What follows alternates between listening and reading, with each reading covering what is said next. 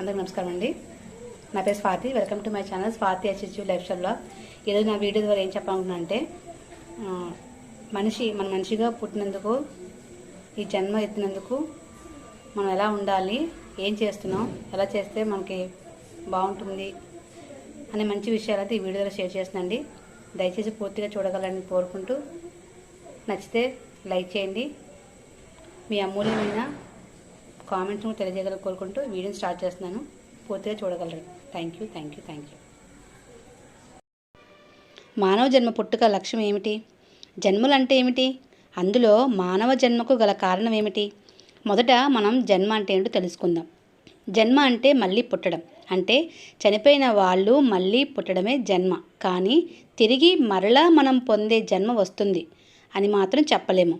ఎందుకంటే మరలా మనం పొందే జన్మ మనం సంపాదించుకున్న జ్ఞానం మీద మాత్రమే ఆధారపడుతుంది. అన్ని జన్మలలోనూ మానవ జన్మ మాత్రమే ఉత్తమోత్తమైనది. మానవుడు తన జీవిత కాలంలో అనేక కర్మలను చేస్తూ ఉంటాడు. ఆ కర్మలకు ఫలితాలను తప్పక అనుభవించి తీరాలి. వాటినే కర్మఫలాలు అంటారు. అనేక జన్మలలో చేసిన కర్మఫలాలు ఆ జీవుడితో పాటుగా ప్రయాణిస్తుంటాయి. అన్ని పుణ్యకర్మల ఫలాలు మాత్రమే పక్వానికి వచ్చినప్పుడు ఆ జీవుడు దేవలోకాలలో దేవజన్మనెత్తుతాడు. అక్కడ ఆ కర్మఫలాల కారణంగా అనేక భోగాలను అనుభవిస్తాడు. అది భోగభూమి కనుక అక్కడ అతడికి ఏ కర్మలు చేసే అధికారం లేదు. అందువలన పరమాత్మను అందుకోవడానికి తగిన కర్మలను ఆచరించే అవకాశం లేదు.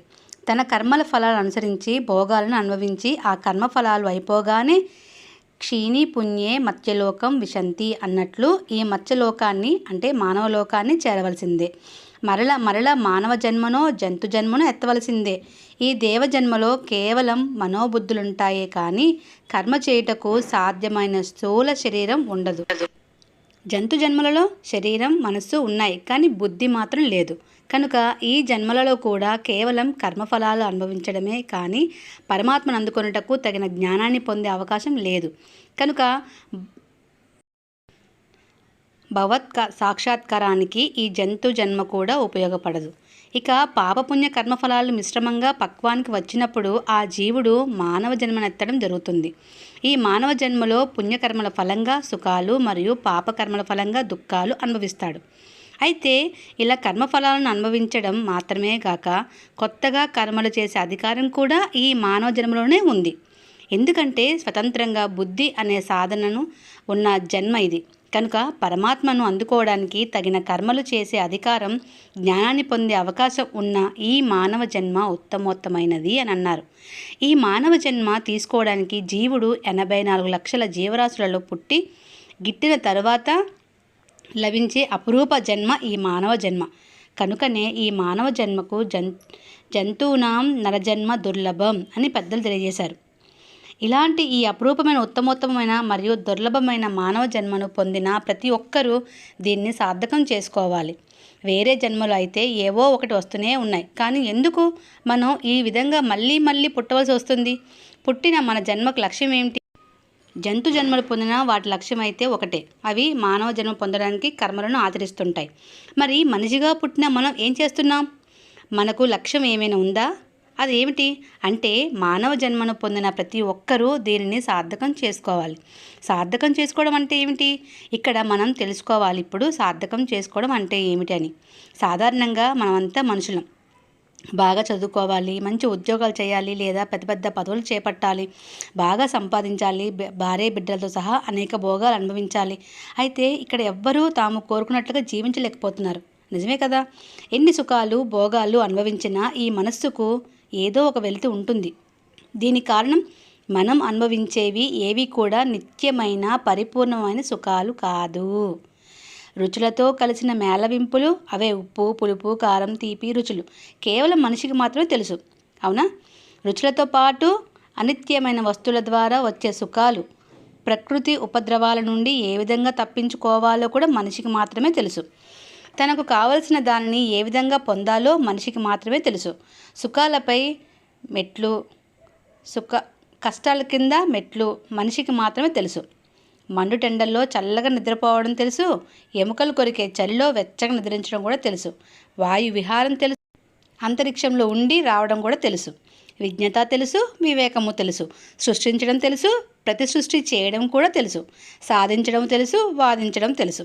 బ్రహ్మతో కూడా పోటీ పడదగిన తెలివి గలవాడు మానవుడు.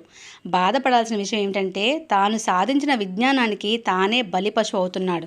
మెదడు పెరిగింది, మనసు తరిగింది. మితిమీరిన స్వార్థం మర్రి చెట్టులా పెరిగి చిన్న చిన్న మొక్కల్ని మొలవనీయకుండా చేస్తున్నది. ప్రతి వ్యక్తికి సార్వభౌముడైపోవాలన్న తపన, తాపత్రయం పెరిగిపోతున్న దశలో మానవతా విలువలు మట్టిలో కలిసిపోతున్నాయి. నీతిని పాతిపెట్టి సంస్కారాన్ని సమాధి చేసి భవంతులు కట్టేయాలని తప్పించిపోతున్నాడు. ఈ అనాలోచిత తప్పుల వల్లనే బాబాలు, స్వాములు పుట్టుకొస్తున్నారు పుట్టగొడుగుల్లాగా.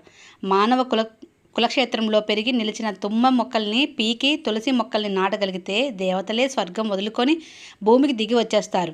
మరొక మానవ వేదం సృష్టించి ఇస్తారు.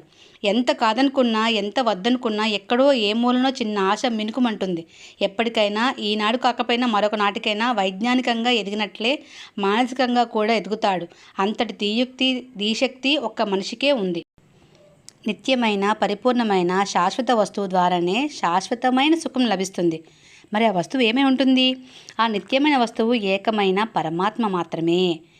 నిత్య వస్త్వైకం బ్రహ్మ తద్వ్యతిరిక్తం సర్వం అనిత్యం అని తత్వబోధలో శంకరాచార్యుల వారు స్పష్టం చేశారు. అంటే నిత్య వస్తువు ఏకమైన పరమాత్మ మాత్రమే, దానికి వేరుగా ఉన్న సర్వము అనిత్యమైనవే అని అర్థం. కనుక నిత్యమైన పరమాత్మతో ఐక్యత వలన లభించే సుఖం, ఆనందం అందుకునే వరకు మానవుడికి తృప్తి లేదు. ఈ మానవ శక్తికి దైవశక్తిని కూడా కలుపుకొని ఈ జన్మకు అర్థం పరమార్థం తెలుసుకొని ఈ జీవితాన్ని తృప్తిగా విముక్తిని పొందాలి. భగవద్గీతలో శ్రీకృష్ణ భగవానుడు అర్జునుకు ధ్యాన యోగం చెప్తారు. అర్జున, ఎవరైతే నా జ్ఞానాన్ని గ్రహించి యోగాన్ని, పద్ధతిని అవలంబించి ఉంటారో వారికి ఇంకా ఏదైనా కర్మలు చేయవలసిన విషయం ఉంటే వారికి ఖచ్చితంగా ఒక మంచి జన్మ, అది ఉన్నతమైన ఆధ్యాత్మిక కుటుంబంలో జన్మ వస్తుంది. ఇందులో ఏమాత్రం సందేహం ఉండదు అని శ్రీకృష్ణుల వారు అర్జునుకు వివరిస్తారు. అందుకే మనం ఈ మానవ జన్మ పొందినప్పుడు జీవిత సత్యాన్ని గ్రహించి సత్సాంగత్యం చేస్తూ సత్కార్యం జీవనం సాగించాలి. మానవ సేవే మాధవ సేవగా భావించి అందరిలో దైవాన్ని చూస్తూ నీలో ఉన్న దైవాన్ని కూడా నీ పనులలో, నీ ప్రవర్తనలో చూపగలిగిన నాడు దేనికి ప్రలోభపడక జీవిస్తే తప్పక మోక్షాన్ని పొందుకుంటారు. Thank you.